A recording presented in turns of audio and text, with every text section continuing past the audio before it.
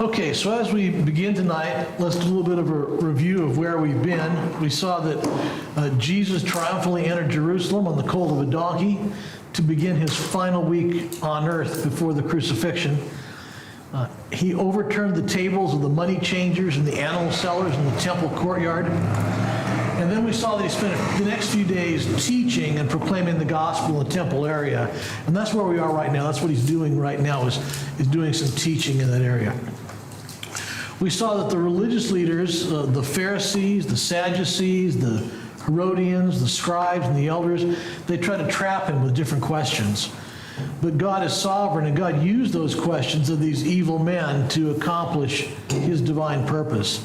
So from God's perspective, they were performing the function of examining the Passover lamb. The lamb was found to be without blemish, and even though these men were trying to trap Jesus, he continues to share the gospel and offer them an opportunity to repent. Well, then last week we saw Jesus put a question to the Pharisees. He asked them how they could say that the Messiah was David's son when David calls him my Lord in the Psalms. The Jews of that day believed that the Messiah would be a mighty warrior. He would be blessed by God, but he would be a human being. They did not see what Psalm 110 taught, which is that the Messiah would be the son of David and the son of God. He was the God-man, fully God and fully man. Jesus is that Messiah, foretold by many prophets over hundreds of years. That psalm also shows that Messiah would come and be rejected by his enemies. Messiah is currently seated at the right hand of God until the time when God puts all enemies under his feet. The psalm then tells of the time when Messiah returns in power to execute judgment. He will be a king and a priest to his people. There's great hope and encouragement for us in these promises. They strengthen us to walk faithfully each day. Well, then tonight we'll look at the next set of verses, and we see that Jesus now turns his focus to teaching his disciples.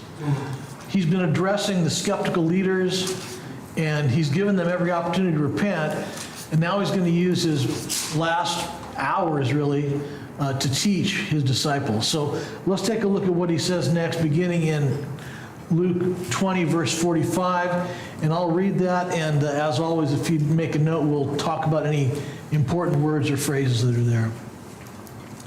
Okay, Luke 20, 45.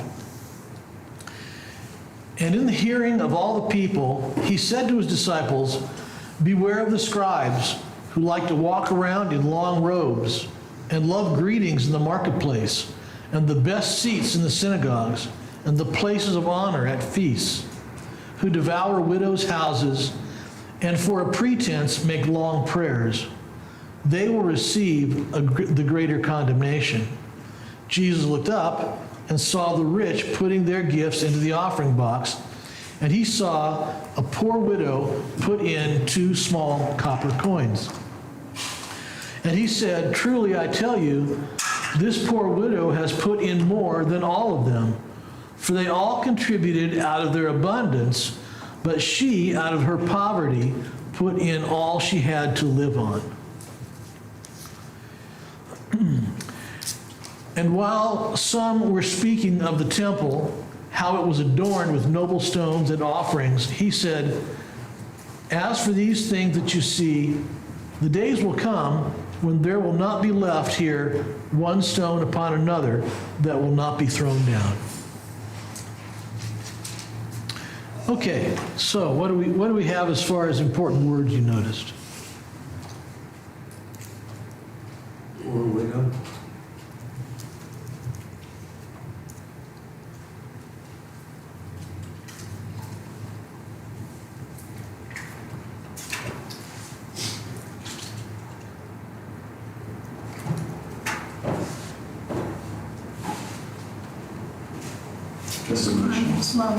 Scribes love honor.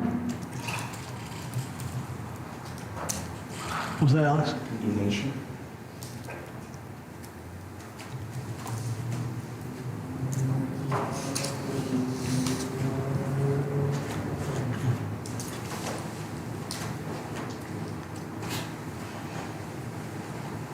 pretense.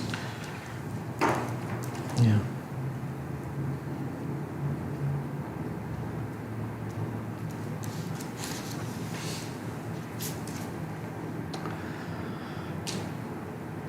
Okay, that's a good list. Those are all important parts of what we're going to take a look at tonight.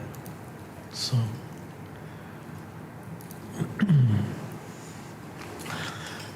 we also see that in the book of Mark, Mark records these warnings about the scribes also, and he tells us that the crowd enjoyed listening to Jesus. We get that background from him. Both Mark and Luke give us a short version of this. It's more of a summary. Matthew goes on and a much more extended version of this. So as a cross-reference, you might want to take a look at that passage in Matthew that goes on for quite a long time criticizing the scribes.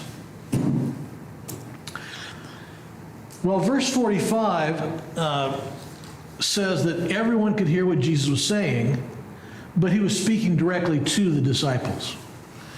He had been teaching nonstop during this time. And so at this point, he must have been exhausted. But he has precious few hours remaining with his disciples, and he has a few more important things to say to them. So he addressed the following comments to those who were receptive and wanted to hear what he had to say. Mark tells us that Jesus' first comments are a warning about the dangers of the scribes. So Jesus uses the word beware when speaking about the scribes and the Pharisees. This doesn't mean merely to take notice of something, but it means to guard against it because it's very harmful. So it's a caution, it's a warning. There was a great danger in what these scribes were doing. Most of the scribes were Pharisees. They belonged to that group that had that persuasion of the Pharisees and their view of the law and their view of the country. They were the experts in the law, so they were the lawyers of Israel. And they handled all the legal matters, including property, estates, contracts, and dispute resolution. They were the stewards of the law handed down from Moses. So their judgments were supposed to be a representation of God and his will. They were seen as God's agents, and thus they were extremely influential. If a person didn't like the judgment of a scribe, they really had nowhere else to go. They were that powerful and that influential. But these scribes were not agents of God. They were agents of Satan, as it turns out. They're purveyors of a false religion that relies on family heritage and outward appearance to favor God. These men are to be avoided because they are one thing on the outside and another thing on the inside. The word hypocrite, which we would apply to them, it comes from the Greek, and it's a word that's used in the theater.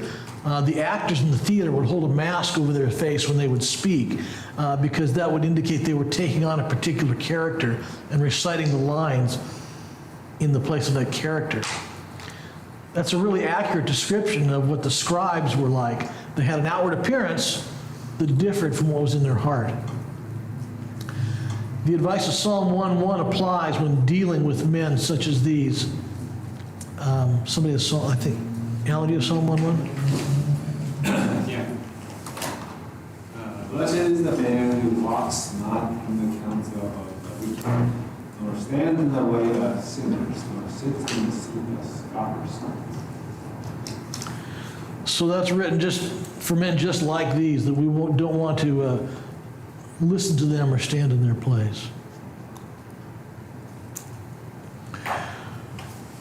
Well, then Jesus has 6 things to say against them. Earlier this year, when we studied Luke 11, we saw that Jesus warned the crowd about the Pharisees, and there he proclaimed 6 woes against them, if you remember that. Now here in Luke 20, Jesus again issues some cautions against them, and again he has 6 things that he's calling out about their hypocrisy. The scribes like to walk around in long robes. That's his first caution, the first thing we are to be aware of with with the Pharisees and the scribes. As is often the case, the wearing of long robes was not wrong in and of itself. They loved wearing these robes because it drew attention to themselves and sought to gain respect from others. Matthew says the Pharisees broadened the phylacteries and lengthened the tassels on their robes. The use of blue tassels on the edge of their garments was commanded in the law. Somebody has Numbers 15, 38 through 40. We'll read that. Speak to the people of Israel and tell them to make tassels on the corners of their garments throughout their generations, and to put a cord of blue on the tassel of each corner. And it shall be tassel for you to look at, and remember all the commandments of the Lord to do them, not to follow after your own heart and your own eyes, which you are inclined to whore after. So as is often the case, these things have a good beginning. They have a beginning in the law for a good reason, and over time, the Pharisees have polluted that and twisted that. These tassels were to be a reminder of the Lord's commandments, but the scribes had turned them into sort of a fashion statement or a status symbol.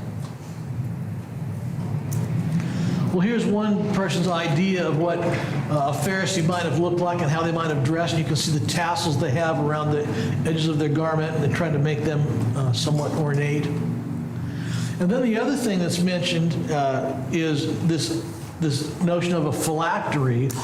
And here's a picture of that. A phylactery really was a little leather box.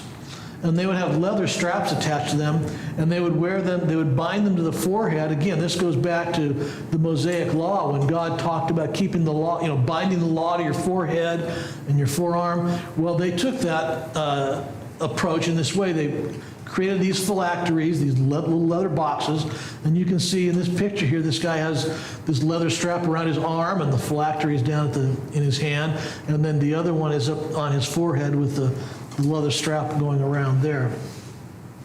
So they proudly wore these boxes, and they had little pieces of parchment paper inside of each of these boxes. And they wrote these 4 scriptures on there. Exodus 13, 1 through 10, and 11 through 16, and then these passages in Deuteronomy. They put those. And these are passages that we won't read them because they're kind of lengthy, but they deal with the reminders about God delivering the Jews out of Egypt and about offering the firstborn to the Lord. And then there's one that talks about loving the Lord your God above all else. And then the 4th one talks about teaching these things to their children. So these are good scriptures to have and to bind close to their hearts. But they took it literally, created these little boxes and would tie them around themselves. So, well, that was fine. The initial purpose was a good one, commanded by God.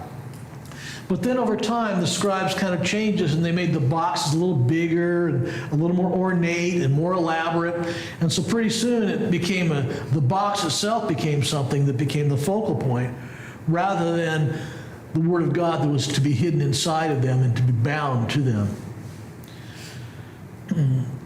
So the words within them were hidden because the scribes wanted to impress others about themselves and what a beautiful box they had. So here we can see the example of that in this picture.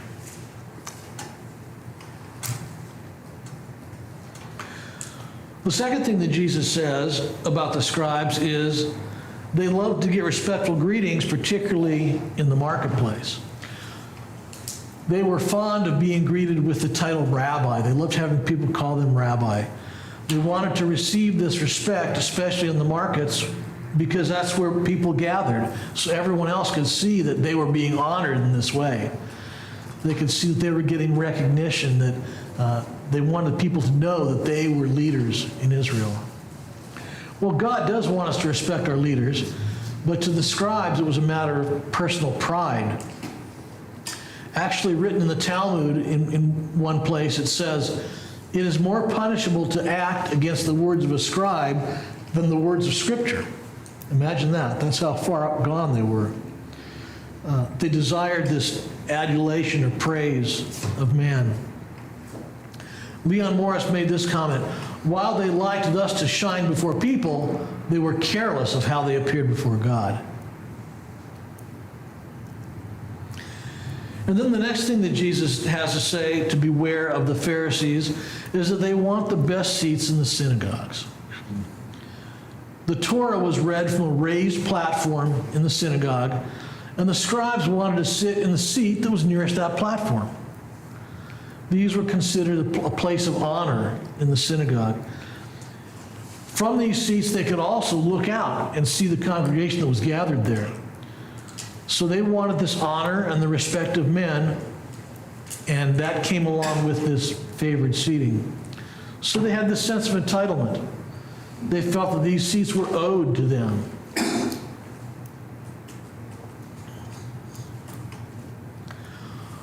Well, the fourth thing that Jesus said was that the scribes loved to have a place of honor at a banquet.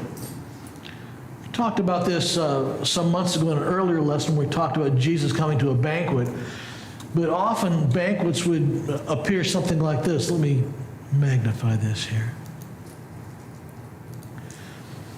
So they would typically sit around this three-sided table, what was called a triclinium. There are different versions of it. Here's a smaller version for a smaller gathering.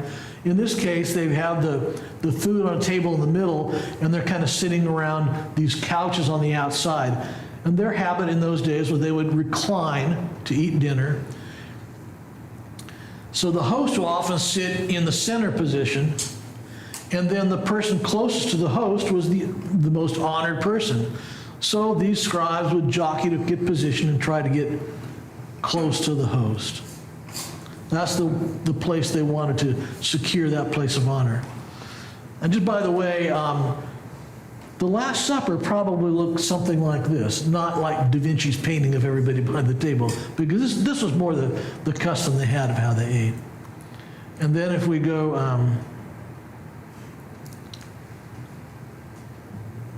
That supper was more like John described this. yeah. Well, for left-handed, there's only one part of that, one position that you want to sit at. If you're left-handed. Alan's left-handed. We learned that last week. That's your second left-hand comment. I watched that. I watched that close up my ear. Make sure we don't want the hands out from the side. Always.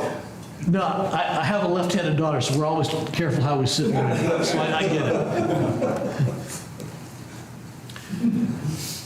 So, yeah, typically these meals would take place. Now, here's a bigger version, right? In this case, there's a smaller table in front of each of the couches where the food is sat, and then the middle area is open where servants can come in and bring in the food. But again, same idea here.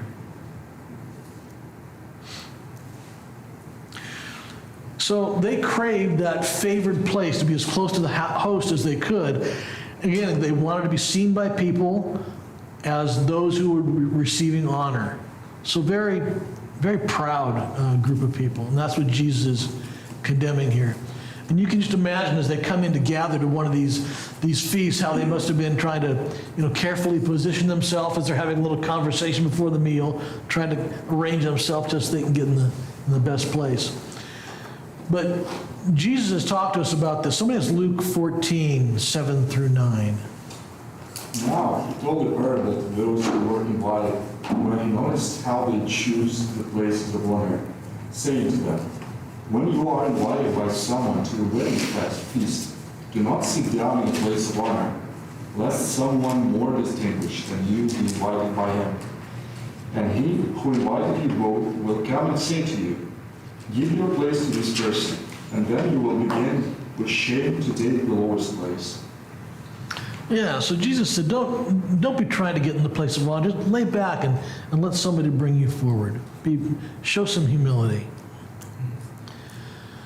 The fifth thing that Jesus says to beware of the scribes is that the scribes would devour widows' houses. Now, we said before these guys were lawyers, so these lawyers had various ways of taking advantage of widows. Sometimes they would collect a fee from the widow for the legal services they provide and overcharge them. This was prohibited by the law, but that didn't stop the scribes from doing it. Other times, they persuaded widows to give their homes to the temple, and they would take the proceeds of the sale for themselves. They would offer long prayers in widows' homes as part of their schemes. That's what it talks about, the pretense they would have in their prayers. So that was kind of seen as the reward or the payoff to the widow who would sell their house or give them a lot of money. Well, I'll pray for you. I'll give you a long prayer.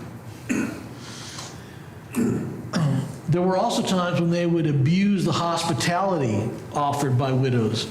There were stories that would circulate about their gluttony and their drunkenness at the expense of these widows who they were taking advantage of. So in this case, certainly there's a warning that applies. Something as Proverbs 28:15. Like a roaring lion or a charging bear is a wicked ruler over poor people. And that's exactly what we see in the case of scribes. They were just like a roaring lion. They were devouring these widows' houses. Of course, all this is in direct contradiction to the law that God had taught, that the leaders should follow, that they should go out of their way to care for the widows. We'll take a look at a couple of references about that. Somebody has Exodus 22:22. You should not afflict any widow or fatherless child. Yeah, pretty clear. Don't take advantage of a widow or a fatherless child. And then Isaiah 10:1-3. Destruction is certain for the unjust judges, for those who issue unfair laws. They deprive the poor, the widows, and the orphans of justice. Yes, they rob widows and fatherless children. What will you do when I send desolation upon you from a distant land? To whom will you turn for help? Where will your treasures be saved? So Isaiah criticized ancient Israel and their leaders, their priests, for doing it. And we see now these scribes are still doing it even in the New Testament time. And we see God's concern has always been for the widow, and it even is expressed in the New Testament, James 1:27. Who is that?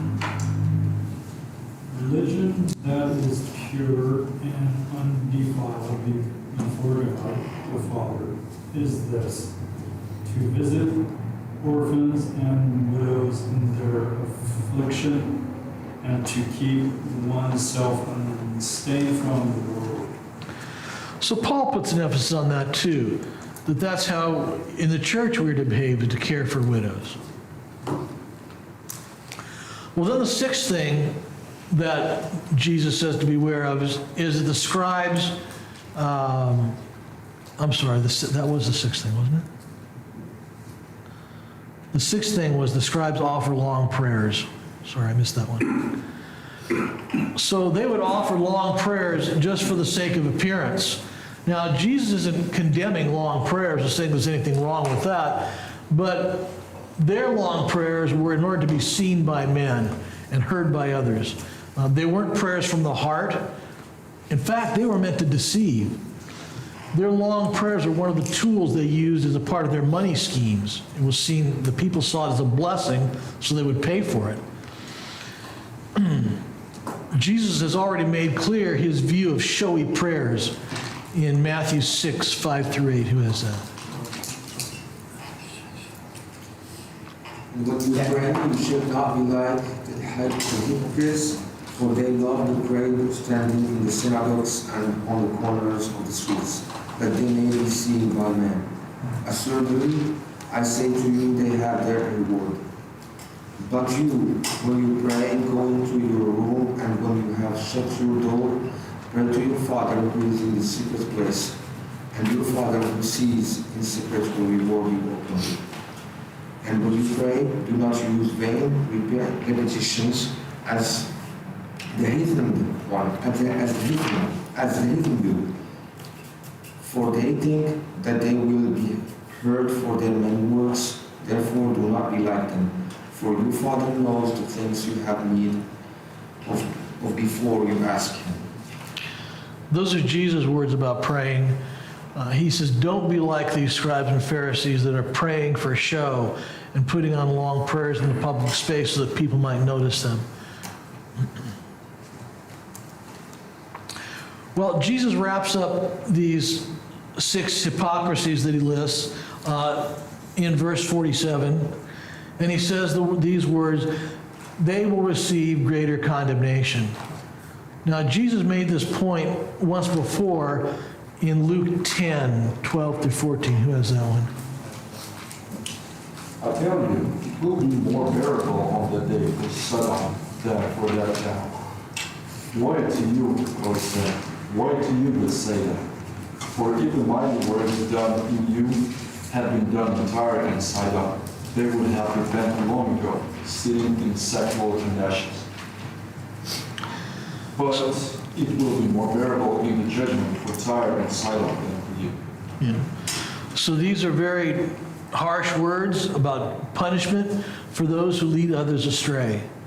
So God hates this hypocrisy and the false religion, whether it's forwarded by the scribes or whether it's today with some of the modern day false teachers that we have.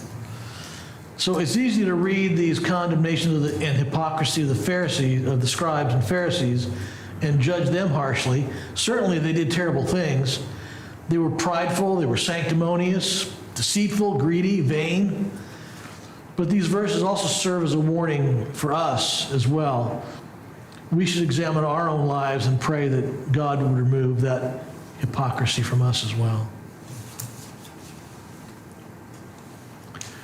Well, right here at this point, we have another one of those unfortunate chapter breaks between 20 and 21.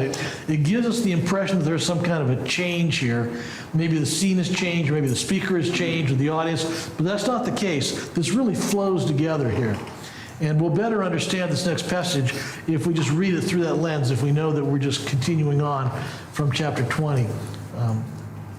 There is a connection.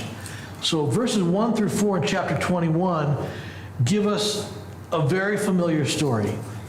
Maybe it's too familiar. So let's first review the setting and consider the temple configuration. So here's a basic layout of Herod's temple. I think we had this up some weeks ago.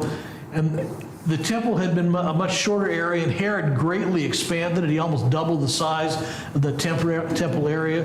There's this whole large court of the Gentiles. That's the outer part of it. That's where Jesus overturned the money changers' tables. And then from the court of the Gentiles, if we come kind of down the bottom end of the temple grounds proper, there is this beautiful gate. Let me make this part here a little bit bigger. You can see the beautiful gate points to this opening right here. And if you go through that beautiful gate, then you go into this inner courtyard, which is called the Court of Women.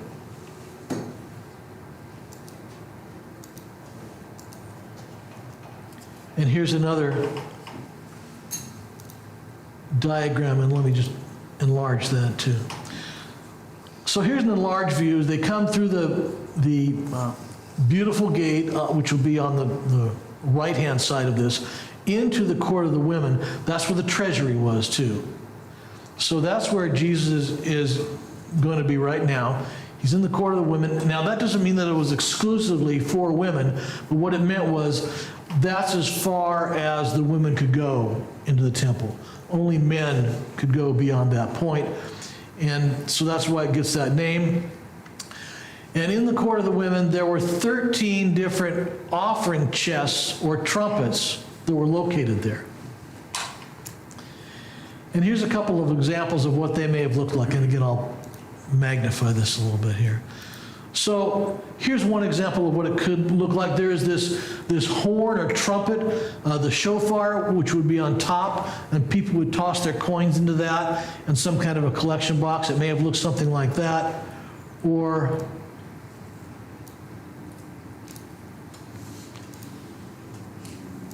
perhaps like this in the courtyard lining the walls. So some kind of idea, some kind of a trumpet-shaped or horn-shaped top where people could put the money in and it would make that nice clanging sound so you could hear the money go in and everybody knew they were giving money, and then a collection box below it. And each of these jars had a different purpose. That's the only thing we're missing. So give me any ideas. They've got to be metal though, so that we can't. No, because then the counter's got to deal with coins. We don't want to do that. Bad idea. Everybody's gonna put in their change instead of checks or dollar bills, throwing it into the back of the church. So some of these offering boxes, or the offerings that went into them, were mandatory. We talked about the temple tax. That was a mandatory. Or there were incense offerings. There were a number of other ones that were mandatory that the people had to put money into. And then there were others that were voluntary. So there were burnt offerings, and there were Nazirite offerings. And so there were different categories of these. And each of the boxes was for a different purpose. So you can't just come and throw your Nazirite offering into the temple tax box. You gotta make sure it goes in the right place. Well, that's the setting here in these first verses in chapter 1. We're here in the court of the women. We're in this treasury area, and that's where Jesus is. And so these 4 verses are common. These verses that talk about the widow, we sometimes call it the widow's mite or the widow's offering. And the common lesson from this episode are that the widow generously gave all that she had, and thereby she sets a model for us to give as well. Or we too should give generously and know that God will provide for our needs, or that she will be greatly rewarded for her faithful giving, as we will if we do the same. And then some would say, well, it's not about how much you give, but how much you have left. Or some of these lessons are supported in other parts of Scripture, these lessons about giving. But is that what we're really talking about here? Well, let's try to discover for ourselves what's going on here. So we're going to do a little exercise together here. And we're going to try to look at these verses in a little bit different way. So what I want you to do is to try to set aside any preconceived notions you have. Try to set aside what you may have heard preached on these before, or what you think, what you bring to this. And let's try to take a fresh look at this. So we're going to do a little mini inductive Bible study here. We're going to just ask some questions. So as we look at these 4 verses in chapter 21, let's just see what we can learn by answering some basic questions. We'll start out kind of basic, and then we'll build up to finally where we're drawing some conclusions or applications. So, first of all, just some basic factual ones. Where is this taking place? Where are these verses happening? In the treasury, yep. In the temple, okay? When is this happening? Passover. Passover. Just before Passover, right? Those last few days before Passover. Okay. So who's in this story? Who are the characters that are in this story? Jesus. Jesus? Widow. The widow? The rich. Okay? Jesus, the widow, and the rich. Now, if Jesus is talking, somebody's listening. So we know there's somebody else there. We assume it's the disciples. There may have been other people in the crowd that are listening. We don't know, but there's some audience, so there's some hearers there. Okay? Well then, let's look at this and what's happening here. What is each character doing? So what is the widow doing? She drops her coins in there. Okay? What are the rich doing? They're putting their gifts into the treasury. They're putting their gifts into the offering box. And what's Jesus doing? Watching. He's watching. Yeah. He's observing. Say that again. He looked up. That's the first thing we hear. Jesus looked up, which means, what was he doing? Yeah. But if he was looking up, that means before that he was looking down. Okay? So Jesus is looking down. Now, yeah, I'll do it. I'll break out of my inductive study a little bit. Mark and Matthew tell us that he was seated, okay? But we don't get that detail. But anyway, he's looking down. So we know that he's been teaching for a long time. We know that he's tired, and he's looking down. So that kind of gives us a picture of what's going on with him. Okay, so there's some basic facts there about that. So now let's ask a couple of questions about the context of this. See, I think he looked up in the sense that something caught his attention. So, like, Something caught his attention and caused him to look up. If you Yeah. change from looking down and just meditating to look up and see the situation. Right. Good. That's right. Something caught his attention and caused him to look up. Yep. Okay, so as far as context goes, so it's not quite as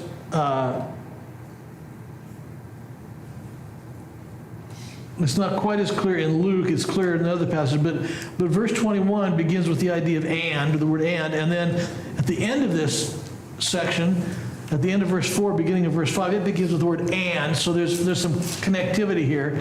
So what happened just before this section about the widow?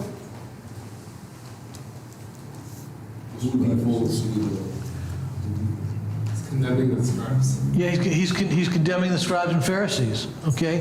And then what happens just after these verses? In verses 5 and 6, what happens? Prophecy. No, Yeah. sure, this Prophecy yeah, about the destruction of the the temple. destruction of the temple, okay? So we kind of have that flow. Well, let's go a little bit deeper here. So what contrast does Jesus make between the widow and the rich?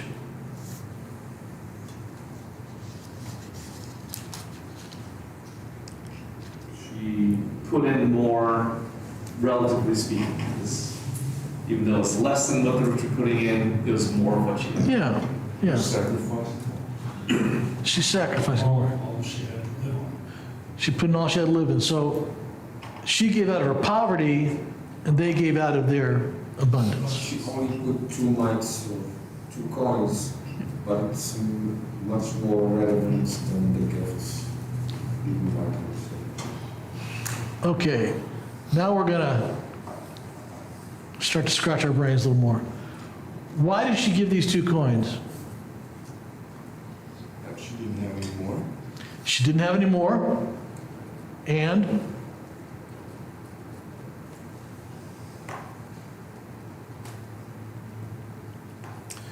that's the right answer. The silence is the right answer. We don't know. We're not told anything about her motives. Right? Was she a godly woman who wanted to share with God? Was she afraid of what the scribes and Pharisees would do to her if she didn't? But she said, that in the same verse, she said, but she out of her poverty put in all the livelihood that she had. That's a statement of fact, yes. She was poor and she put in what she had, but we don't know why she did it. Yeah. But all she had, that's, put in all the livelihood Right? that she had. I mean, so there's the word all. Even the 2 coins, it's a big portion from whatever she had. It is. It is. You're right. You're right, it is. But that doesn't tell us what her motivation, what's in her heart. We know that she gave everything, Doesn't tell us that. but we don't know that. Yeah. Well, we can assume that Jesus knew that, and perhaps. Clearly, Jesus knew that. He said that she gave everything. Yeah. So he did know that. Revelation, because he brought it up. Made it kind of an example. Does he? I don't know. He states it as a fact. So, was Jesus pleased with her gift? Yes.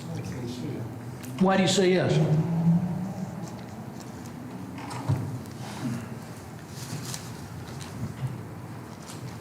It doesn't really say that, right? It doesn't say she did well. It doesn't say you go and do likewise, right? He's just stating a fact. Okay? That's the reader of the verses himself, of the scripture, to understand there is some unfair situation, and I believe it doesn't mean that he was happy with the situation. I think he was also upset. That's why we have the destruction of the temple coming right after. Well, you're right. He is upset, but maybe not for the reasons we often think. Were you going to say something?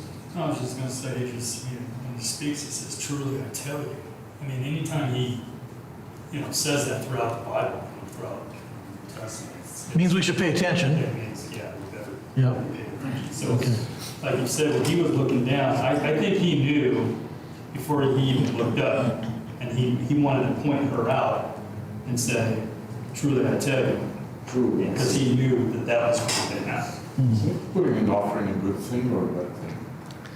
Is putting in an offering a good thing or a bad thing? That's a good question.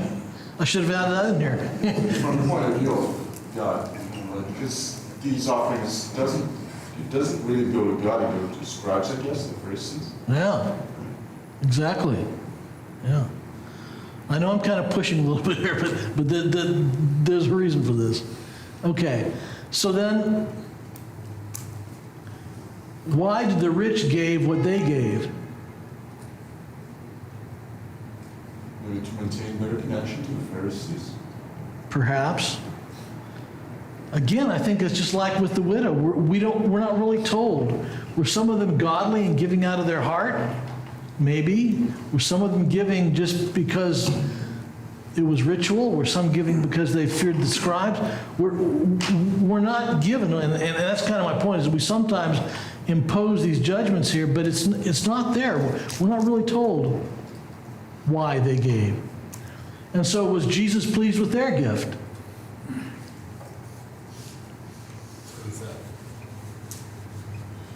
It doesn't say. It doesn't say. Yeah, exactly. It doesn't say. We don't really know. Okay, so then, But Jesus knew. what? But Jesus knew. Jesus knew. He did. But the text is not saying Yeah, it doesn't. what Jesus thinks about it, so. Which, yeah, that's kind of the point, Not yeah. revealed to us. It's not revealed to us, that's right. Isn't this one he said, for example, truly I say to you that this poor widow has put in more than all.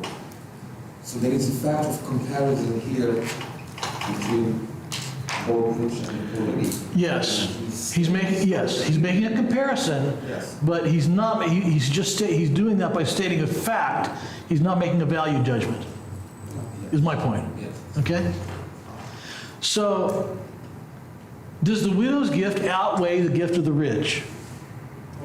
I would guess, yes. Yes, sure. In God's eyes, it does. He says that. It's more. He says it's more, yeah. So in God's eyes, it certainly does. In man's eyes, probably not. But yeah, Jesus clearly makes that point. Will she receive a greater reward in heaven? No idea. Will she be in heaven? It's not said. No idea. Yes. Right? And I bring that up because sometimes people teach this out of this passage. Sometimes people look at this passage and say, she gave everything she had here, but when she gets to heaven, her rewards are going to be that much greater. No, it doesn't say that. We can't draw that out of here. Okay. Did the rich give too small a percentage? Doesn't. Yeah, it doesn't say. We don't know, right? What it does say is that Jesus says what she gave was more. Yep, That's all. yep, that's all it says, right? So, okay. And then finally, a couple more questions. So what is this really teaching about giving? Based upon all these questions and discussion we've had, what is this really saying about giving? It's an important belief. You cannot believe in him if you're not willing to give. And forgive. I think your silence, again, is the right answer, really. It doesn't really teach us a lot about giving. It teaches us that her gift was greater than theirs because it was everything she had. But beyond that, we don't know what's in her heart. We don't know what's in the heart of the rich people. I mean, there's really no comment there. So often we impose what we think upon this passage, and it's not there. But isn't it the fact that it caught his attention that tell us something about the importance of this interaction, which is about giving?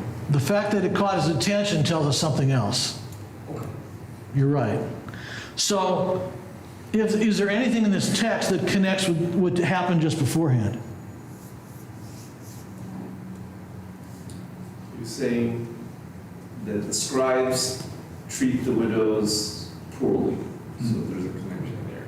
Yep, Or they abuse the widows. yep, yep. So, what's the point here? If this isn't about giving, what's it about? It tells that it's a state of corruption that Yep. is ongoing and Yep. is maintained by those Pharisees Yep. or Yep. scribes. Yep. Jesus had just condemned the scribes. He's told us 6 things to beware of, and one of them was how they devour widows' houses. He turns around in the treasury, and he sees her giving everything she has, and he's like, look it, that's what I was just talking about. There it is. Right. Made him upset. Here's a living, breathing example of what I was just talking about. This poor woman, she's gonna go away, and she has nothing. And it's because of this corrupt system that's been developed here.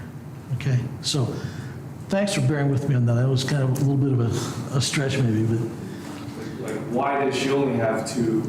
Why does that represent all her wealth? It's because of people like the scribes, whatever her motivation or yeah, desire. yeah. Why The- does she only have 2 and she just gave everything? Maybe she'd like to be more generous, less, but the reason she has 2 is because of the scribes. and even that wasn't enough. They even want to gobble up those 2. Right, Yeah. right. And maybe it was the mandatory thing she had to give. We don't know that either. Yep. I had lunch with Yuri one time, and that story bothered me because I was imagining, or trying to imagine, what happened next. You know, she just gave everything. She's already a widow. She's poor, and that's for obvious. That's obvious. She only has 2 Yeah, two little coins, and now they're gone. yeah. And, you know, I was always kind of concerned about her. I wonder what happened to her, you know. And Yuri allayed my fears and concerns by sharing the thought that, well, the church is going to come into being pretty soon, and they're going to take care of widows and orphans and that thing, and that helped me feel a little better for her. I still don't know really what happened. That's so about that time. The church is not coming anytime soon. Yeah, Because the Christianity is still persecuted even during after those times. Oh. Yeah, I mean, where's our next meal coming from? I don't know, but, yeah, anyway. yeah. No, thank you. That's where we're going. Yeah, getting to Bible, like getting mentioned in the Bible is a good thing. It's a great reward to cover things. So these verses really aren't about giving. We can draw a couple of lessons, as we said, that God valued her gift more than the others. But really, there's just a lot of, there's not a lot about giving per se in here. Jesus is making the observation of what was happening right before them. He had condemned the scribes, and now he sat down to rest, and then something caught his attention. As Alex said, he looked up, and here right in front of him are these people going around and putting in their money in the offering chest, and then he spots the widow putting in her 2 cents. So it was the perfect example of what he had just been talking about.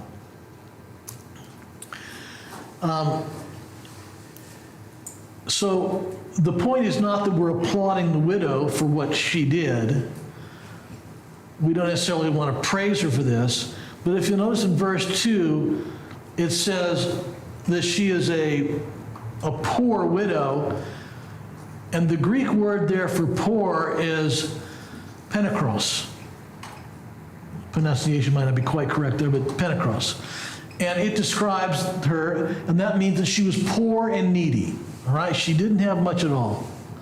But then in verse 3, when Jesus talks about her, and he describes her as, in English it's the same word, poor, but in Greek it's a different word, ptikos. That's the word he uses to describe her. That word means that she's destitute, she has nothing, and she's reduced to being a beggar, going to what John was pointing out. So unless someone intervenes in her life right now, she's going to be a beggar or she's going to go home and die. She literally has nothing else. So Jesus is saying that he's not saying, well, she had a good thing because she gave until it hurt. Right? We have that expression. No, of course it's not what he's saying. Nor is the point that we're condemning the rich because of their contributions, that they somehow didn't measure up. Jesus didn't commend her for giving all that she had, nor did he command the listeners to go and do the same. So we can find lessons about giving, but we need to really go elsewhere in Scripture to find out what our proper attitudes are about giving. The Pharisees, the scribes, the lawyers, the other leaders, they had built this corrupt system that preyed on the widows and the helpless. They had convinced the people that they could please God and get to heaven. So this widow thought if she put in her 2 coins, she was going to get to heaven. So Jesus here he's mourning the corruption and the exploitation that he saw taking place. He was moved by these evil men and the evil system they had built to enrich themselves at the expense of those they were supposed to serve.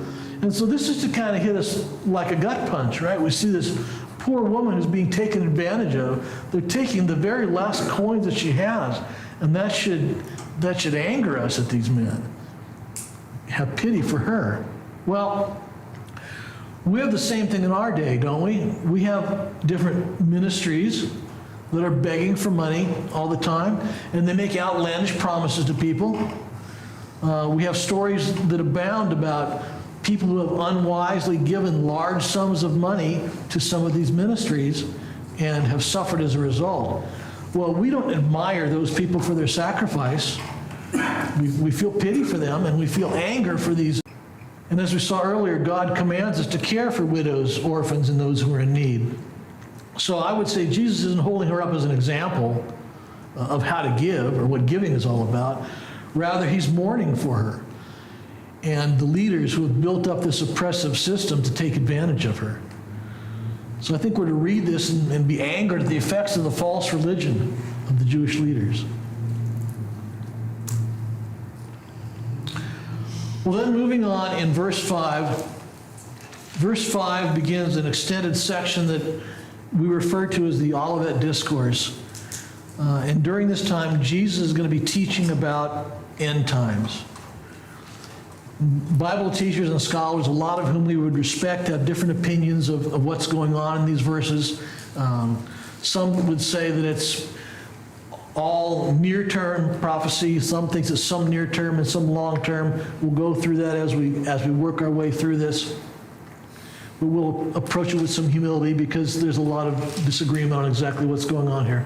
But tonight, we're going to just focus on the first 2 verses, which begin the Olivet Discourse, because they really form a good bookend for what we've talked about tonight. Matthew and Mark have made it clear that Jesus has left the temple and left Jerusalem at this point. It's not so clear here in Luke. Somebody has Matthew 24, verse 1. Jesus left the temple and was going away when his disciples pointed out to him the buildings of the temple. Okay. So he's left the temple, he's left Jerusalem, he's heading back. Remember on the mount, we had our picture the other week of the Mount of Olives, so he's going back to the Mount of Olives. That's where we get the name of Olivet Discourse. He gives it on the Mount of Olives.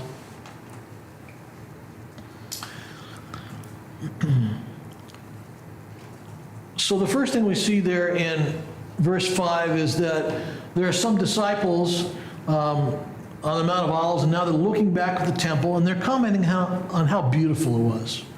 And truly, it was adorned with gold and noble stones. If you remember, Herod spent a great deal of money enlarging and beautifying this temple area. Josephus writes that it was covered with plates of gold. And so the reflection of the sun against these plates of gold made it impossible to really look at the temple at sunrise because it was so bright, shining off of the gold. There were other parts of the temple that weren't covered with gold that were very white.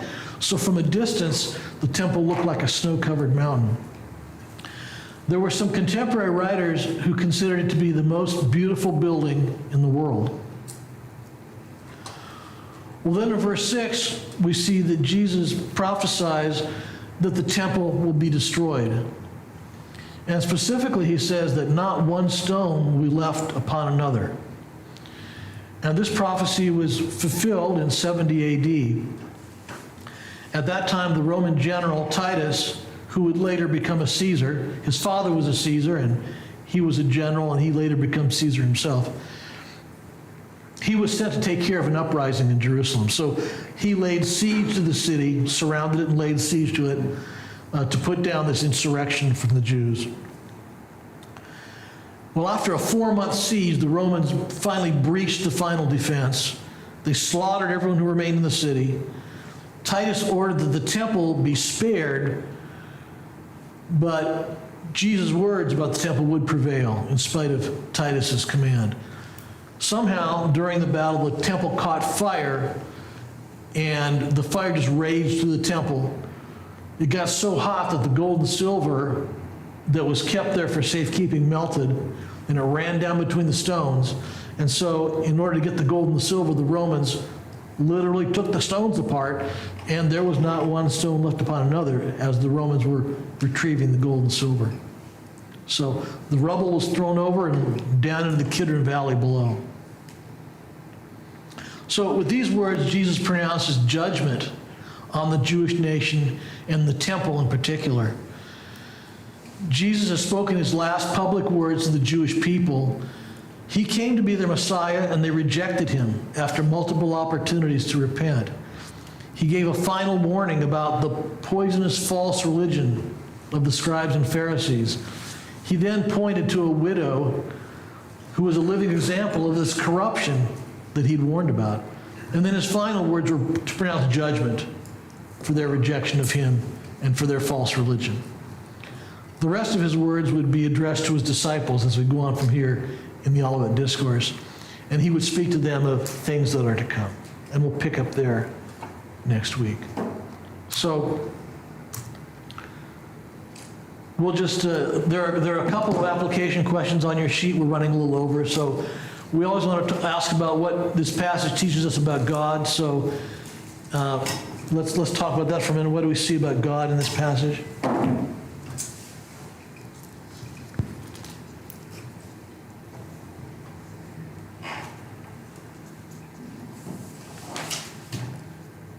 He sees everything. He sees everything, yeah. He knows the hearts of men. Yeah. Remember Don Swanson, whose father passed away in the service here. He was a Christian Scientist. Pretty close even to the end of his life, but one of the things that put him off from it is that when he asked for one of they don't call him pastors, one of the leaders to come and pray for him as he was, getting close to the end, she said there's a fee for one of them to come pray for him as he lay dying, and that really put him off from leading kind of that way. Of course, Donna, being a believer, was just so offended and just to think how corrupt scribes were in how they treated people and treated God, and how disdainful that is to God, who just freely gives, and Christ is freely given. You believe, but he's freely offered. He's near to you if you cry out to him. And of course, I was shocked by that too, because it seems so outlandish to charge someone to come pray for a dying family member. I mean, how do you charge for that? And so you're just, it reminded me, because you're saying they're charging like a fee for the long prayers. I give long prayers out for free, guys. So you tell me. You know. Is it like you buy 30 minutes, you get 30 minutes free? It's so ridiculous.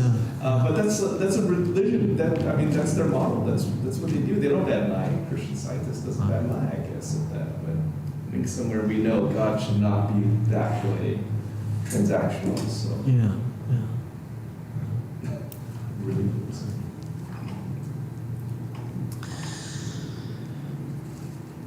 Okay, that second question then, that could be a takeaway for you to kind of consider this week.